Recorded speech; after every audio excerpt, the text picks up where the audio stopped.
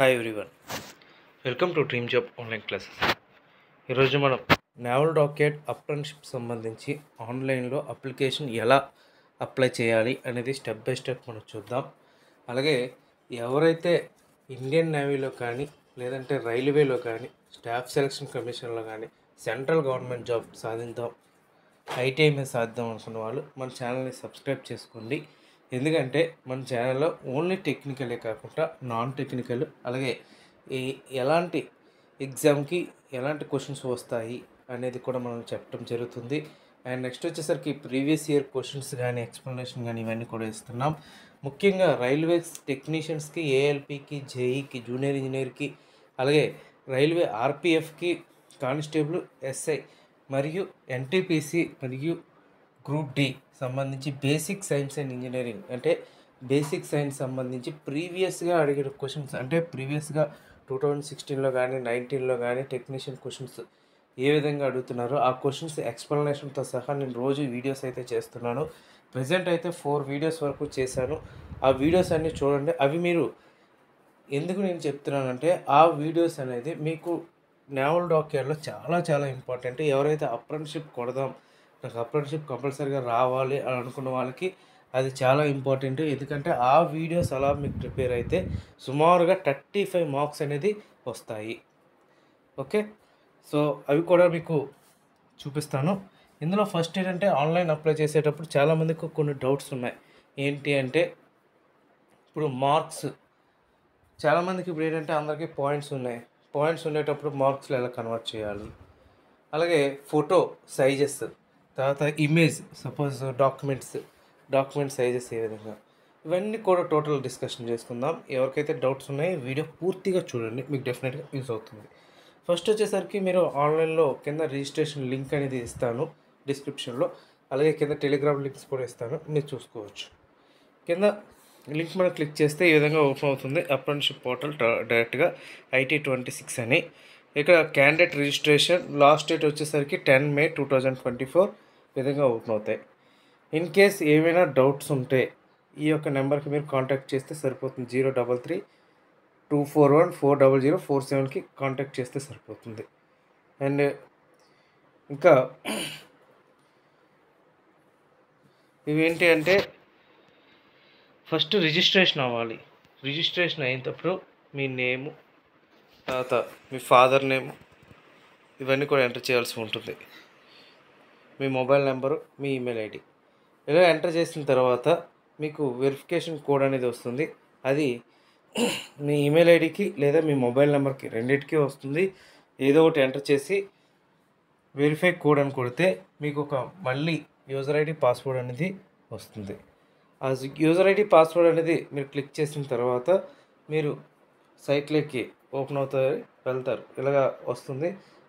registration.ind.in says అనేది ఇక్కడ some user ID password అని వస్తుంది. మీరు ఓకే అనేది చేయాలి. ఓకే అనేది చేసి తర్వాత మీరు ఇక్కడ లాగిన్ డీటెయిల్స్లో మీ యొక్క లాగిన్ ఐడి అంటే మీ ఈమెయిల్ ఐడి, పాస్వర్డ్ అనేది వాళ్ళు జనరేట్ చేస్తారు. వాళ్ళు పెట్టింది మీరు పెట్టాల్సి ఉంటుంది. ఇన్ కేసు ఒకవేళ లేకపోతే మీరు ఫర్గట్ పాస్వర్డ్ కొట్టి కొత్త పాస్వర్డ్ అనేది క్రియేట్ చేసుకోవచ్చు. ఈ విధంగా ఓపెన్ అవుతుంది. నెక్స్ట్ పేజ్ వచ్చేసరికి మీ నేమ్ అంటే అప్లికెంట్ ఫుల్ నేమ్ 10th క్లాస్లో ఏ విధంగా అయితే ఉందో అదే విధంగా మీ నేమ్ అనేది ఉండాలి. ఇన్ కేసు రాంగ్ అయితే కొంచెం ప్రాబ్లమ్స్ అయితే అవుతాయి. Father name, mother name, Aadhaar number అనేది వ్యాలిడ్ ఆధార్ నెంబర్. మీకు కంపల్సరీగా ఆధార్ ఉంటుంది కదా, ఆ ఆధార్ నెంబర్ డెఫినెట్గా పెట్టండి. సో ఇంకా కొన్ని డౌట్స్ ఏంటి అంటే ఆధార్ నెంబర్, అలాగే ఆధార్ నెంబర్లో ఉన్న డీటెయిల్స్ 10th క్లాస్లో డీటెయిల్స్ కొంచెం మిస్ మ్యాచ్గా ఉన్నాయి అంటే మీరు పర్వాలేదు ఎంటర్ చేయండి. కాకపోతే మీరు ఎగ్జామ్కి వెళ్ళేటప్పటికి మీ యొక్క ఆధార్ అనేది మీ 10th క్లాస్ మార్క్ లిస్ట్తో ఈక్వల్గా ఉండేలా చూసుకోండి. అంటే మీ నేమ్ కానీ, డేట్ ఆఫ్ బర్త్ కానీ ఇవన్నీ కూడా 1 లెటర్ కూడా డిఫరెన్స్ ఉండకూడదు, ఒక స్పేస్ కూడా. అలాగే ఐడెంటిఫికేషన్ మార్క్స్, మోల్డ్స్ అనమాట, ఒకటి పెడితే సరిపోతుంది. ఇంకా నేషనాలిటీ ఇండియన్, జెండర్, అలాగే కేటగిరీ ఓబీసీఆ, ఎస్సీఆ, ఎస్టీఆ ఏదైనా. సో దీనికి ఎలాగ ఏజ్ లిమిట్ లేదు కాబట్టి ఎవరైనా అప్లై అయితే చేసుకోవచ్చు. అలాగే పర్సంటేజ్ కూడా పర్టికులర్గా మెన్షన్ చేయలేదు. సో త్రూ సెలక్షన్ అనమాట, ఎవరైతే ఎక్కువ మార్క్స్ వచ్చినాయో వాళ్ళకి సెలక్షన్ అనేది ఉంటుంది. అంటే రిటర్న్ టెస్ట్కి కాల్ లెటర్స్ పంపుతారు కాబట్టి సో మ్యాక్సిమం ఎవరైతే ఐటీ చేసి ఉన్నారో అందరూ కూడా మీరు అప్లై అయితే చేయండి. ఇంకా ఇంతకుముందు ఎప్పుడైనా అప్రెంటిస్‌షిప్ చేస్తున్నారా? లేదా ప్రెజెంట్ ఇంకా అప్రెంటిస్‌షిప్ చేశారా? ప్రెజెంట్ అప్రెంటిస్‌షిప్ చేస్తున్నారా అని అడిగారు. ఒకవేళ ఇంతకుముందు మీరు అప్రెంటిస్‌షిప్ చేసి కంప్లీట్ చేసేసినా మీరు నాట్ ఎలిజిబుల్. ప్రెజెంట్ చేస్తున్న వాళ్ళు కూడా ఎలిజిబుల్ కారు. కాకపోతే నో అని పెట్టి వాళ్ళు కాంట్రాక్ట్ క్యాన్సిల్ చేసుకొని మరలా చేసుకునే వాళ్ళు కూడా చాలామంది ఉన్నారు. ఇన్ కేస్ ఆర్మ్డ్ ఫోర్సెస్లో చేశారా అంటే నో అంటే నో. తర్వాత మీ అడ్రస్ కరెక్ట్గా ఎంటర్ చేయండి, ఎందుకంటే మీకు డీటెయిల్స్ మీకు లెటర్స్ అన్నీ కూడా మీకు పోస్ట్ ద్వారా ఒకవేళ వచ్చేటప్పుడు మీ అడ్రస్కే వస్తాయి. సో ఈ అడ్రస్ అన్ని చేసి సేవ్ అండ్ కంటిన్యూ కొడతారు.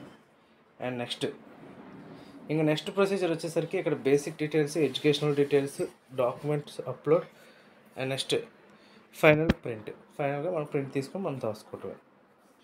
ఇంకా ఎడ్యుకేషనల్ క్వాలిఫికేషన్లో వచ్చేసరికి ఇక్కడ 3 టైప్స్ ఉన్నాయి. 8th 10th 10th plus ITI.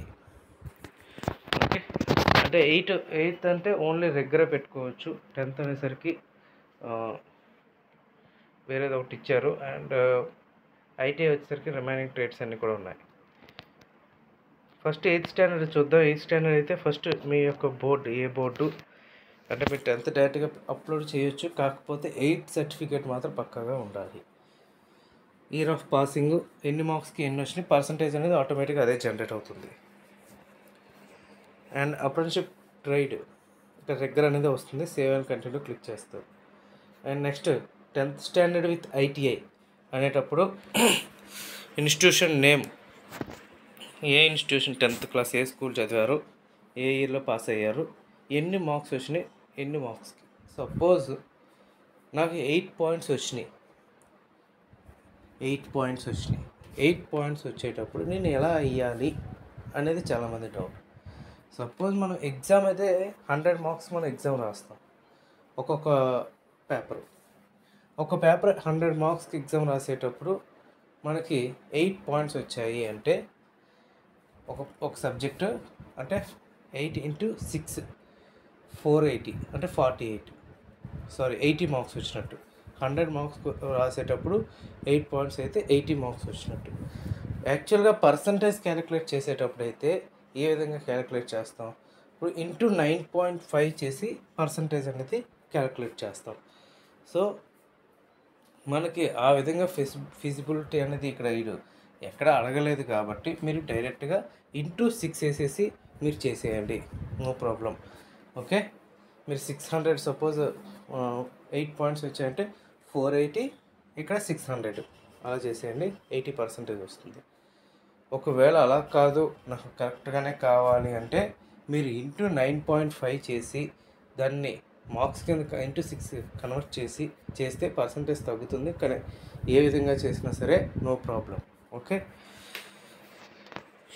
ఇంకా క్వాలిఫికేషన్ ఐటీఐ ఏ ఇయర్లో పాస్ అయ్యారు. ఐటీఐ అయితే మార్క్స్ ఉన్నాయి, నో ప్రాబ్లం.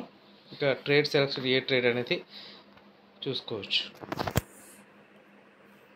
ఓకే, ఇవి అప్లై చేస్తారు. సపోజ్ 1 ఇయర్ ట్రేడ్ అయితే కార్పెంటర్ ఇవన్నీ వస్తాయి. 2 ఇయర్స్ ట్రేడ్ అయితే ఎలక్ట్రికల్, ఎలక్ట్రానిక్స్ ఇవన్నీ కూడా వస్తాయి. ఇవన్నీ వచ్చిన తర్వాత డాక్యుమెంట్స్ అప్లోడ్, మెయిన్ అదే.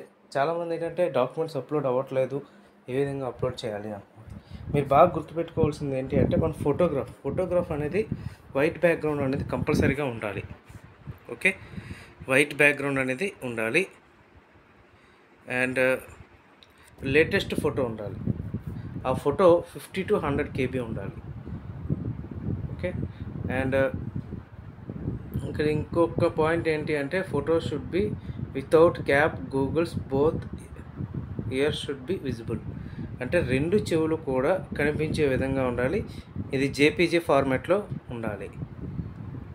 ఓకే, సిగ్నేచర్ కూడా మీరు మామూలుగా వైట్ పేపర్ మీద సిగ్నేచర్ చేయాలి. బ్లాక్ ఇంక్ పెన్తో సిగ్నేచర్ చేయాలి, బ్లూ పెన్తో కాదు, బ్లాక్ పెన్తో సిగ్నేచర్ చేయాలి. ఓకే, అది కూడా 50 to 100 KB ఉండాలి. అండ్ నెక్స్ట్ డాక్యుమెంట్స్ అప్లోడ్ చేసేటప్పుడు మీరు పీడిఎఫ్లో అప్లోడ్ చేయాలి. ఒక్కొక్కటి కూడా 400 KB కన్నా ఎక్కువ ఉండకూడదు. అంటే 400 KB కన్నా తక్కువ ఉంటే సరిపోతుంది. అది 10th class, ITI, OBC, PWD ఉంటే పీడబ్ల్యూడీ, నో అయితే నో. ఆర్మ్డ్ ఫోర్సెస్ ఇవన్నీ కూడా. ఆధార్ కార్డ్ కంపల్సరీగా పెట్టాలి. బోత్ సైడ్స్ కూడా పెట్టి పీడిఎఫ్లో పెట్టాల్సి ఉంటుంది. పాన్ కార్డ్ ఇఫ్ అవైలబుల్ అయితే పెట్టాలి, లేదంటే లేదు. పెట్టి సేవ్ అండ్ నెక్స్ట్కి వెళ్ళి మీరు చేస్తే మీకు ప్రింట్ అప్లికేషన్ అనేది ఒకసారి ప్రివ్యూ అనేది వస్తుంది. మీ డీటెయిల్స్ అన్నీ కూడా పర్టికులర్గా 1-2 సార్లు చూసుకోండి. చూసుకున్న తర్వాతే మీరు సబ్మిట్ అనేది చేయండి. అండ్ నెక్స్ట్ వచ్చేసరికి దీని ఎగ్జామ్ ప్యాటర్న్ ఒక్కసారి చూద్దాం. ఎందుకంటే అందరూ కూడా ఇంకా ప్రిపరేషన్ అనేది స్టార్ట్ చేస్తారు కాబట్టి ఫస్ట్ మొత్తం అందరికీ కూడా ఒకే పేపర్ ఉంటుంది. ఒక్కొక్క ట్రేడ్కి ఒక్కోలాగా ఉండదు. అన్ని ట్రేడ్స్కి ఒకే విధంగా క్వశ్చన్ పేపర్ అనేది డిజైన్ చేస్తారు. అది జనరల్ సైన్స్ వచ్చేసరికి 35 మార్క్స్కి అంటే కామన్ పేపర్ అనమాట అందరికీ కూడా. మ్యాథమెటిక్స్ అంటే న్యూమరికల్ యాప్టిట్యూడ్ 35 మార్క్స్కి, general awareness common for all trades 30 మార్క్స్కి. అంటే ఇది ఓన్లీ రైల్వే టెక్నీషియన్స్కి ఏదైతే సిలబస్ ఏదైతే ప్యాటర్న్ ఉందో సేమ్ ప్యాటర్న్ అనేది ఇక్కడ ఫాలో అయ్యారు. సో నో నెగిటివ్ మార్కింగ్, ఎటువంటి నెగిటివ్ మార్కింగ్ అనేది లేదు. 2 hours time OMR based exam. Okay, ఇది క్వశ్చన్ పేపర్ అనేది ఇంగ్లీష్ మరియు హిందీలోనూ ఉంటుంది. ఎగ్జామ్ సెంటర్ వచ్చేసరికి ముంబైలో మాత్రమే ఉంటుంది. Okay friends, thank you very much and all the best.